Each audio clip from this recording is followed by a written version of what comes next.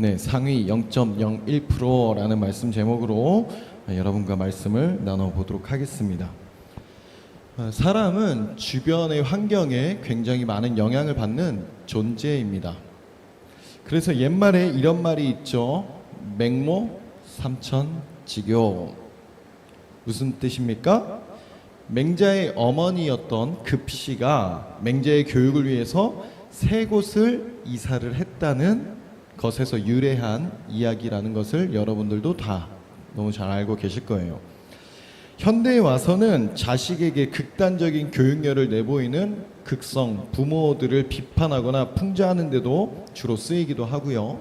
또 흉악범들의 열악한 성장 배경과도 결부돼서 사람은 환경이 중요하다는 것을 고사가 되었다는 것입니다. 부자가 되는 법을 알고 싶으면 부자 곁에 있어야 한다는 거죠. 환경은 그만큼 중요하다는 것입니다. 그래서 부모님들이 흔히 하는 말들이 있죠. 여러분들도 들었을 것이고 저도 부모로서 얘기하기도 하는, 그리고 저도 마찬가지로 부모님께 들었던 친구를 잘 만나야 한다. 제 경험에서 보더라도 이 학창시절에 만나는 친구는 굉장히 중요한 것 같습니다. 어떤 친구를 만나느냐에 따라서 그 친구들로부터 받게 되는 영향이 굉장히 크다는 것이죠. 저도 부모가 되어보니 이 하엘이가 학교에서 또는 학원에서 어떤 친구들과 어울리고 노는지 관심이 갈 수밖에 없는 거예요. 소위 말하는 노는 애들하고 같이 어울려서 놀게 될까봐 노심초사하기도 합니다. 기왕이면 공부 잘하는 친구들과 어울렸으면 좋겠고, 기왕이면 좀 얌전하고 착한 아이들과 어울려서 놀았으면 좋겠는 게 이 부모의 솔직한 마음이라는 거죠. 어떤 환경 속에 있느냐에 따라서 그 사람의 가치관이나 어떤 삶에 대한 태도, 삶의 자세가 굉장히 달라질 수 있다는 것입니다. 그런데 그 어떠한 환경 속에 있다 하더라도 그 환경의 지배를, 또 환경의 영향을 받지 않는 사람들도 분명히 있다는 거예요. 어떤 사람들이냐? 가치관과 목표가 뚜렷한 사람, 중심이 바로 서 있는 사람은 그런 환경이나 어떤 상황에 별로 그렇게 굴하지 않는다는 거죠. 되게 좀 유명한 위인들을 보게 되면 그런 이야기들이 많이 나오는 것 같아요. 누가 보더라도 힘든 상황과 안 좋은 환경 속에 있었지만 그 상황과 환경에 굴하지 않고 그 모든 것을 이겨내는, 그리고 성공해내는 사람들이 있다는 것입니다. 그런 사람들을 보통 상위 0.1%, 상위 0.01%의 사람들이라고 말하는 거죠. 여러분들은 환경에 휘둘리는 사람들입니까? 아니면 환경에 굴하지 않는 사람들입니까? 우리 믿음의 사람들은 그 어떤 상황과 그 어떤 환경 속에서도 오직 하나님만 바라보며 바로 설 수 있는 사람들인 것을 믿으시기를 바랍니다. 상황과 환경에 주저하지 않고 믿음으로 바로 서는 저와 여러분들이 될 수 있기를 주님의 이름으로 축복합니다. 자, 우리 1절과 2절을 함께 볼 텐데요. 1절과 2절을 다시 한번 좀 읽어보도록 하겠습니다. 함께 읽겠습니다. 시작. 사람이 땅 위에 번성하기 시작할 때에 그들에게서 딸들이 나니 하나님의 아들들이 사람의 딸들의 아름다움을 보고 자기들이 좋아하는 모든 여자를 아내로 삼는지라. 자, 하나님께서 천지창조를 하신 이후에 사람들이 점점 번성하기 시작합니다. 인간의 수명이 오래 살기도 했으니까 막 900살, 800살 이렇게 살았으니 얼마나 많은 자녀들이 나왔겠어요. 그렇게 이 땅에 사람들이 점점 많아지고 막 풍요로워지기 시작할 때 이 2절의 사건이 발생이 됩니다. 그것은 하나님의 아들들이 사람의 딸들의 아름다움을 보고 모든 여자를 아내로 삼았다는 거예요. 여기서 말하는 이 하나님의 아들들에 대해서 여러 가지 해석과 의견들이 많이 나오고 있는데 크게 두 가지 정도로 얘기를 해볼 수가 있습니다. 첫 번째로는 하나님의 아들들, 천사들이다. 타락한 천사들을 얘기하기도 하고, 두 번째로는 하나님을 믿었던, 하나님과 함께 동행했던 그 믿음의 백성들을 얘기를 한다는 거죠. 그런데 저는 하나님의 천사들 쪽보다는 뒤쪽에 나오는 하나님의 믿음의 사람들에 조금 더 초점을 맞추고 오늘 말씀을 좀 같이 나눠보려고 해요. 앞에 4장과 5장의 내용들을 보게 되면 가인이 아벨을 살해한 이후에 가인과 셋의 족보가 쭉 나오게 됩니다. 하나님으로부터 멀어진 가인에 대한 족보가 먼저 나오게 되고, 그 다음 장에서 5장에서는 아담의 계보라고 하면서 셋의 후손들, 즉 하나님과 함께했던 믿음의 사람들의 족보가 쭉 나열이 돼요. 그러고 6장에 와서 사람들이 번성하기 시작하는데, 이때 하나님의 아들들이 사람의 딸들을 아내로 맞이한다는 내용을 말하는 것을 봤을 때 더 이상 그 아담의 계보가 이어지지 아니하고 섞이게 되는 것을 좀 나타낸다는 거죠. 하나님을 믿지 않는 이들과 결혼을 하게 되면서 하나님으로부터 멀어지는 내용을 담고 있다는 것입니다. 어떤 해석과 어떤 의견이 되었든 분명한 것은 하나님이 원하시지 않는 일들이 벌어졌다는 거예요.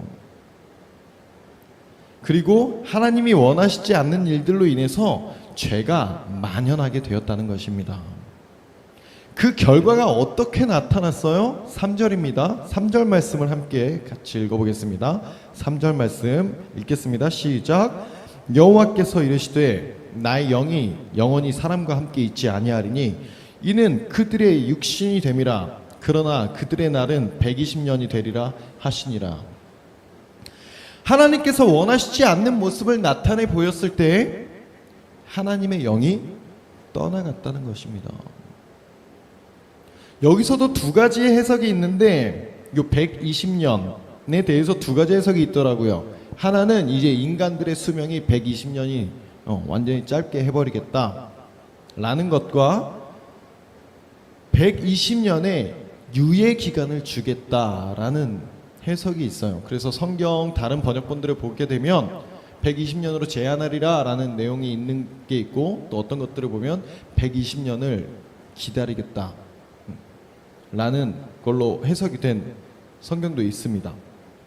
마찬가지로 어떤 해석이 되었든지 간에 하나님의 영이 떠나감으로 하나님과 단절되는 일들이 벌어졌다는 거죠. 아담과 하와의 선악과 사건 이후로 시대가 흐르고 세대가 바뀌었음에도 똑같은 일이 또 벌어졌다는 거예요.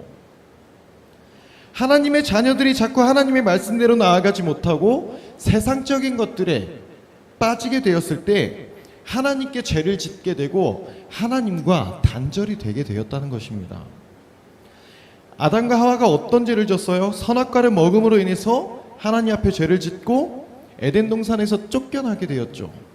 이와 마찬가지로 이 노아의 때에도 마찬가지로 하나님의 아들들이 사람의 딸들을 아내로 맞이하게 되면서 하나님과 단절이 되는 모습을 보십시오. 하와는 왜 선악과를 따먹었습니까? 보암직도 하고 먹음직도 했다고요. 이 하나님의 아들들은 왜 사람의 딸들을 아내로 맞이했다고 나와 있어요? 그 아름다움을 보고 아내로 삼았다고 말씀하고 있는 거죠. 여기서 우리는 무엇을 발견할 수 있습니까? 눈에 보이는 것들에 미혹될 때, 사람의 눈에 보이는 것들에 미혹될 때 하나님을 떠나게 된다는 것입니다. 눈에 좋아 보인다고 해서 무조건 좋은 것이 아니라는 거예요. 분별을 해야 하고 중심이 바로 서 있어야 한다는 것입니다. 눈앞에 보이는 세상적인 것들에 미혹되지 않는 여러분과 제가 되기를 소망합니다. 이 세상이 지금 얼마나 눈에 보이는 것들을 강조하는 세상이냐고요. 자랑, 자랑, 자랑. 내 자랑, 우리 집 자랑, 내 차 자랑, 집 자랑, 여행 간 곳 자랑, 먹은 거 자랑.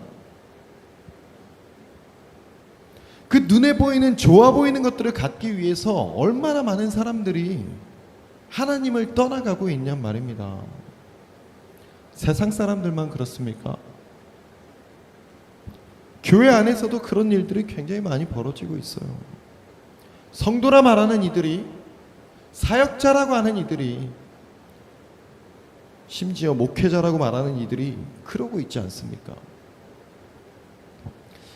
자, 이어서 4절 말씀을 보겠습니다. 4절 말씀 함께 읽어볼까요? 시작. 당시에 땅에는 네피림이 있었고 그 후에도 하나님의 아들들이 사람의 딸들에게로 들어와 자식을 낳았으니 그들은 용사라 고대의 명성이 있는 사람들이었더라. 자, 하나님의 아들들과 사람의 딸들 사이에서 네피림이라는 이들이 태어났습니다. 거인 종족들을 얘기하는데요. 이들은 다 어떠했다고 말씀하고 있습니까? 고대에 명성이 있었던, 용사라 불리었던 사람들이었다고 말하고 있어요. 여러분, 이거 좋은 거 아니에요? 용사이며 명성이 있는 사람, 영웅, 유명인, 그런 이들이라고요. 좋은 거 아닙니까? 자, 오늘날 이 시대 속에서도 똑같이 나타나고 있는 모습입니다. 자식 낳아서 어떻게 키우려고 해요? 영웅 만들려고 하지 않습니까? 유명한 사람, 대단한 사람 만들려고 하잖아요. 그리고 우리들 또한 대단한 사람이 되려고 얼마나 노력합니까? 용사가 되려고, 기왕이면 이름 좀 알리는 사람이 되려고. 그런데 이미 우리는 3절을 읽었습니다. 3절에서 뭐라고 말씀하고 있어요? 그들이 육신이 됨이라. 무슨 소용이냐는 거예요. 그냥 고깃 덩어리라고요. 죽으면 끝나는 흙 덩어리라는 것입니다. 아무리 용사이고 아무리 유명인이 되어봐야 하나님과 단절되면 그냥 육신으로 끝난다는 것입니다. 그런데 이 시대 사람들의 모습을 보십시오. 이 시대 성도들의 모습을 보세요. 하나님과의 단절됨에는 관심이 없고 세상에서 용사가 되는 것에, 세상에서 명성을 얻는 것에 관심이 다 쏠려 있지 않냐는 겁니다. 그러니까 주일 1시간 예배 드리는 시간에 그것조차 시험 기간에는 학원 가야 된다고 너무 당연스럽게 빠지는 것이 너무 당연스러워졌잖아요. 주일 1시간 예배도 못 드리고 왜 학원을 갑니까? 세상에서 용사가 되려고 가는 거잖아요. 세상에서 잘 나가는 유명인이 되려고 그 1시간조차 하나님 앞에 나오지 못하는 거 아닙니까? 집사님들 자녀들이 그러고 권사님들 자녀들이 그러잖아요. 그리고 집사님들도 권사님들도 그런 것들에 당연하게 여기지 않습니까? 사랑하는 여러분, 세상의 용사 말고 하나님의 용사가 되기를 주님의 이름으로 축복합니다. 세상의 용사 되어봐야, 세상에서 유명인 되어봐야 하나님과 단절되면 아무 소용이 없다고요. 이어서 5절 말씀을 봅니다. 5절 말씀 함께 읽어볼까요? 시작. 여호와께서 사람이 죄악이 세상에 가득함과 그의 마음으로 생각하는 모든 계획이 항상 악할 뿐임을 보시고, 이 하나님이 가만히 지켜보고 있으니까 죄악이 너무 많은 겁니다. 그냥 죄가 있는 정도가 아니에요. 마음으로 생각하는 모든 계획이 항상 악할 뿐이었다는 것입니다. 자, 여기서 말하는 이 죄는 우리가 연약해서, 우리가 살아가는 삶 가운데 우리가 너무 연약해서 죄를 짓지 않으려고 막 몸부림침에도 불구하고 나의 연약함으로 인해 죄를 짓는 뭐 그런 것들을 말하는 것이 아닙니다. 죄가 점점 몸에 배어서 이제는 죄가 죄인 줄 모르고 그것이 마치 당연한 것이 되어버린 그 타락한 시대를 얘기하는 것이에요. 우리 몸에는 하나님께서 양심이라는 것을 주셔서 어떤 행위를 할 때에 그것이 올바른 행동인 것인지 올바르지 않은 행동인 것인지 알 수 있습니다. 우리 양심에서 부르짖는다고요. 그런데 저는 가끔 이 SNS나 유튜브 같은 것들을 보게 되면 이런 것들을 좀 볼 때가 있어요. 크리스찬은 술 마시면 안 되나요? 크리스찬은 왜 담배 피면 안 되나요? 뭐 이런 것들에 대한 컨텐츠들. 저는 개인적으로 이거 묻는 사람들이 그거를 몰라서 묻는다고 생각하지 않습니다. 그게 왜 궁금하냐고요. 그리고 그것에 대한 답을 받으면요, 그걸 기준으로 삼으려고 나중에 그거 탓하려고 하는 거 뭐 그런 걸까요? 모르겠어요? 이미 알고 있다고요. 왜 술을 마시면 안 되는지, 왜 담배를 피면 안 되는지 사실 너무 간단한 거지 않습니까? 그런데 하고 싶으니까, 뭔가 빌미가 필요해서, 뭐 예수님도 포도주를 만드셨다, 뭐 담배 피지 말라는 구절이 어디 있냐? 아니요, 여러분. 조금만 성경을 알면 누구나 알 수 있는 내용인데 그거를 뭐 목사님들이 그거를 설명하고 있습니까? 그 설명이 왜 필요하냐고요. 죄라는 것은 하면 할수록 익숙해집니다. 그게 계속 익숙해지면 그게 나의 생활이 되고요, 그 생활이 계속 이어지게 되면 그것이 나의 삶이 되는 것입니다. 방금 우리가 읽은 이 5절에서 얘기하는 죄악이 세상에 가득하다는 것은 그들의 모든 행위와 그들의 모든 삶의 모습이 전체가 그냥 다 죄로 물들어 있다는 거예요. 제가 아까 크리스찬은 술 마시면 안 되나요? 뭐 담배 피면 안 되나요? 이런 것들을 말씀드렸는데 사실 그 정도 질문하는 것 정도면 차라리 오히려 나은 걸 수도 있습니다. 이제는요, 사람들이 너무 똑똑해져서 정보도 많이 얻고 하다 보니까 이런 사람들 저런 사람들의 얘기를 들으며 자기한테 좋을 대로 해석하는 그런 일들이 벌어지고 있는 시대라고요. 안 되나요? 가 아닙니다. 해도 된다라고 얘기하는 시대예요. 사랑과 자유라는 이름으로 너무 많은 죄악들이 펼쳐지고 있는 시대입니다. 죄가 더 이상 죄가 아닌 시대라고요. 죄를 죄라고 말도 못하는 시대가 점점 다가오고 있지 않습니까? 여러분, 시간이 지나면 지날수록요, 죄를 죄라고 얘기하지 못하게 됩니다. 그나마 지금은 조금 나은 정도인데 여러분들의 시대가 점점 더 지나면 지날수록 죄가 더욱더 심해지고 죄를 죄라고 얘기하지도 못하는 그런 시대로 변하고 있다는 것입니다. 그런 시대 속에서 깨어서 근신하는 여러분이 되기를 소망합니다. 이렇게 죄로 가득한 세상을 하나님께서 보시면서 어떤 마음을 가지셨습니까? 6절을 보겠습니다. 6절을 함께 읽습니다. 함께 읽습니다. 시작. 땅 위에 사람 지으셨음을 한탄하사 마음에 근심하시고.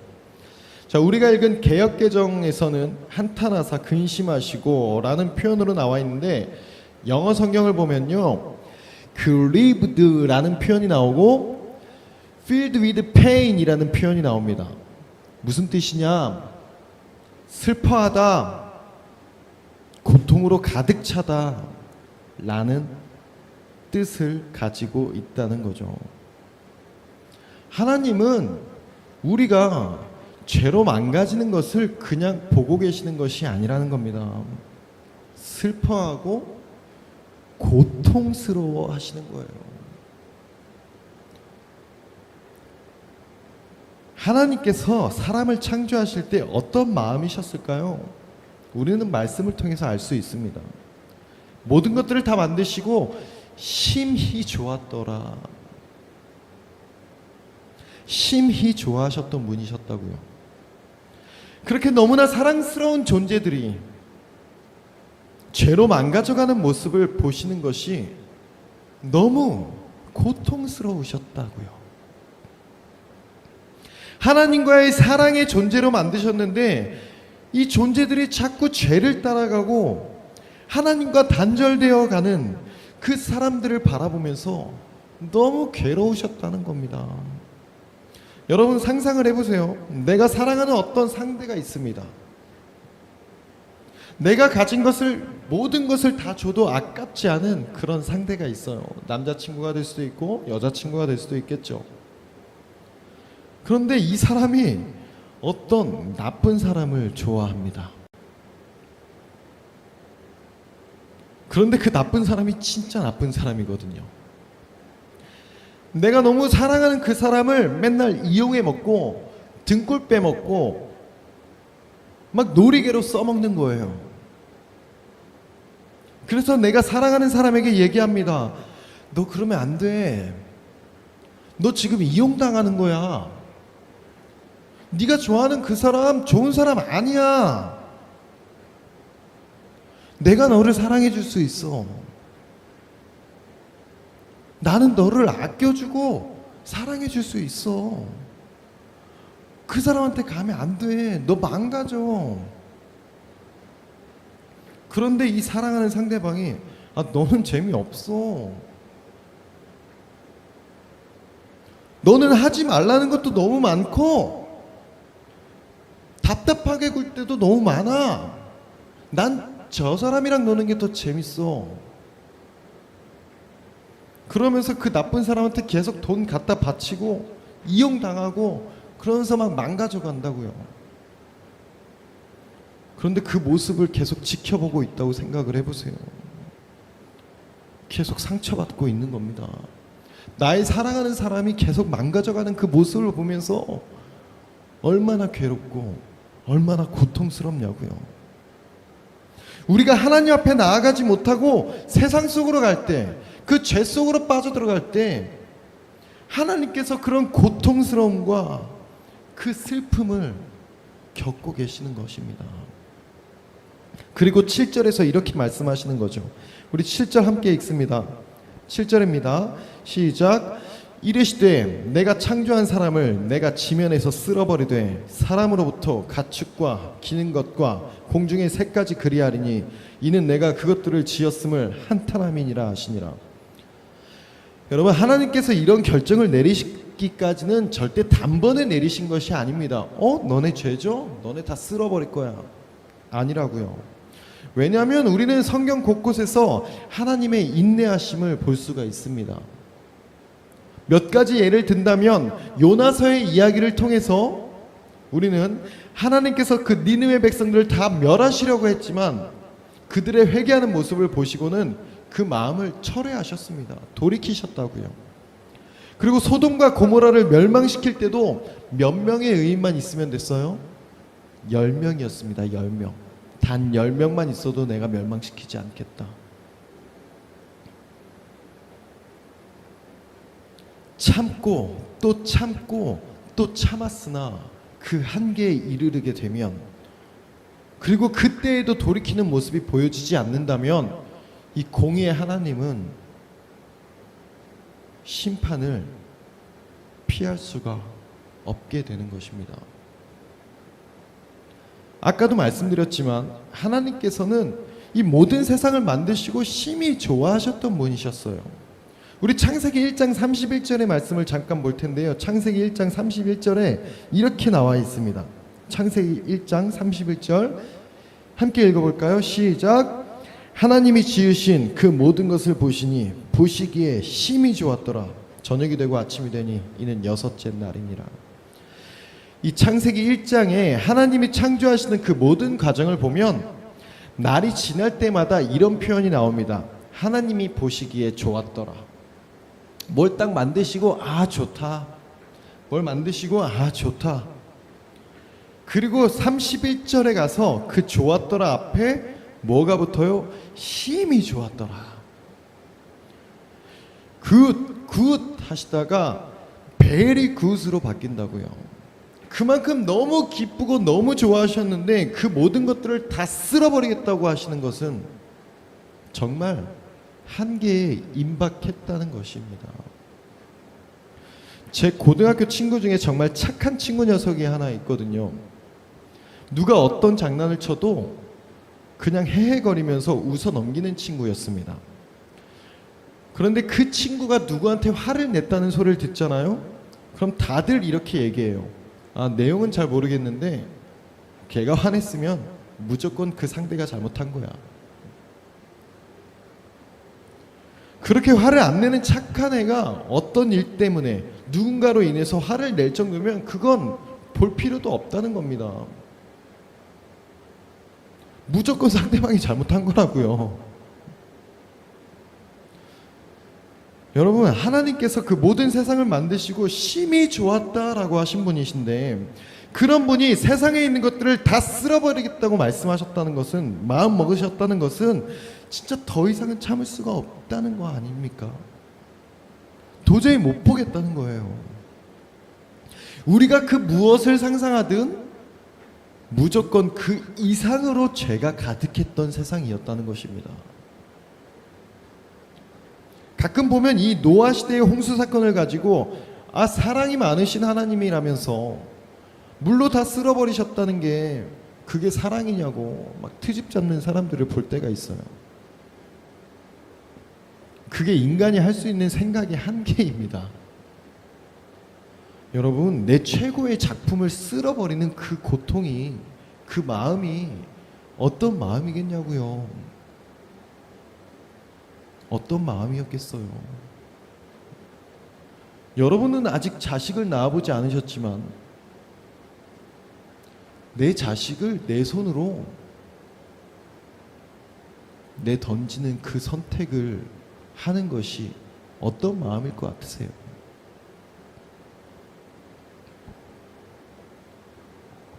우리가 함부로 그 하나님의 사랑을 그렇게 얘기할 수 없다는 것입니다. 그런 중에 한 사람의 이름이 나오게 되는데요. 8절을 읽어보겠습니다. 8절입니다. 시작. 그러나 노아는 여호와께 은혜를 입었더라. 그 모든 것들을 쓸어버리시려는 중에 하나님 눈에 한 사람이 보였습니다. 그는 바로 노아라는 인물이었습니다. 우리는 이 노아라는 인물에 대해서 잘 알고 있죠. 이 노아는 나중에 하나님의 말씀에 순종해서 방주를 만들게 되고 모든 동물들을 암수로 짝을 지어서 방주로 들어가, 그리고 그 홍수 속에서 살아남게 되면서 하나님의 언약의 무지개를 보게 되는 그런 인물이라고 우리는 알고 있습니다.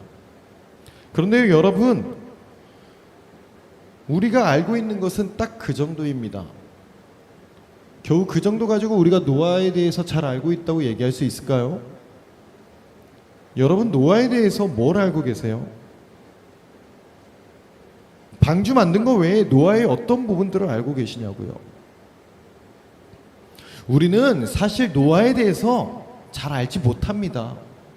성경에서도 별로 노아가 어떤 인물이었는지 그렇게 언급하고 있지 않아요. 직업이 뭐였는지, 재산이 얼마나 있었는지, 어떤 의로운 일을 해서 어떤 의인이었는지, 방주 작업을 어떻게 해나갔는지, 어떤 삶을 살았는지 나와 있지 않다고요. 우리는 모릅니다. 우리가 노아에 대해서 알고 있는 것은요, 성경에서 나오는 그대로 얘기한다면 하나님의 은혜를 입었다는 거, 의인이었다는 거, 그 당대의 완전한 사람이었다는 거, 하나님과 동행했다는 거, 하나님의 말씀에 준행했다는 것 정도입니다. 여러분, 하나님 앞에서는요, 이게 중요하다는 거예요. 우리의 삶에서 내가 세상에서 얼마나 용사이고 얼마나 명성을 떨쳤는가가 중요한 것이 아니라, 내 삶 속에서 내가 얼마나 하나님의 은혜를 입었는가, 내가 얼마나 하나님 보시기에 의인이라 칭함받을 만한 사람이었는가, 내가 하나님 앞에서 얼마나 완전했는가, 내가 얼마나 하나님과 동행했는가, 내가 삶에서 얼마나 하나님 말씀에 준행하였는가가 중요하다는 것입니다. 그 악독한 세상 속에서 이 노아 한 사람만이 하나님의 은혜를 입었다고요. 이 은혜의 사전적인 뜻은 고맙게 베풀어주는 신세나 혜택이라고 나와 있습니다. 하나님의 은혜는 철저하게 하나님의 주권 아래에 있다는 거예요. 1절에서 나왔던 사람이 땅 위에서 번성하던 그 시기, 그 많고 많은 사람들 중에서 오직 한 사람 노아만이 하나님의 은혜를 받았다는 것입니다. 하나님의 특혜를 받았다는 거예요. 이것을 보면서 혹시 이렇게 얘기하는 사람이 있을지 모르겠습니다. 하나님이 노아한테만 은혜를 주시고 다른 이들한테는 그럼 그 특별 대우를 안 해주신 거 아니냐, 차별하신 거 아니냐. 아니라는 거예요. 이 8절에 나온 구절을 영어 성경으로 보면 이렇게 나와 있습니다. 영어 그대로를 해석하면 노아는 여호와의 눈에서 은혜를 찾았다. 하나님의 시선을 바라보는 자에게 하나님의 은혜가 임하는 것입니다. 우리의 시선은 어디를 향하고 있습니까? 세상을 향하고 있습니까? 하나님의 눈을 향하고 있습니까? 오늘 본문에서는 있지 않았지만 이 8절 말씀의 뒤에 9절에서는 이렇게 노아를 얘기합니다. 9절 함께 읽어보겠습니다. 시작. 이것이 노아의 족본이라. 노아는 의인이요 당대의 완전한 자라. 그는 하나님과 동행하였으며. 하나님의 은혜를 입은 자가 하나님 앞에 의인이라 칭함받는 자요, 하나님의 은혜를 입은 자가 하나님 보시기에 완전한 자이며 하나님의 은혜를 입은 자가 하나님과 동행하는 자라는 것입니다. 사랑하는 여러분, 서두에 말씀드렸다시피 환경은 사람에게 굉장히 많은 영향을 줍니다. 내 주변에 어떤 사람들이 있느냐, 내 주변에서 어떤 일들이 벌어지느냐에 따라서 그 사람의 가치관이 형성되고요, 성격이 달라지고요, 자세가 바뀌게 됩니다.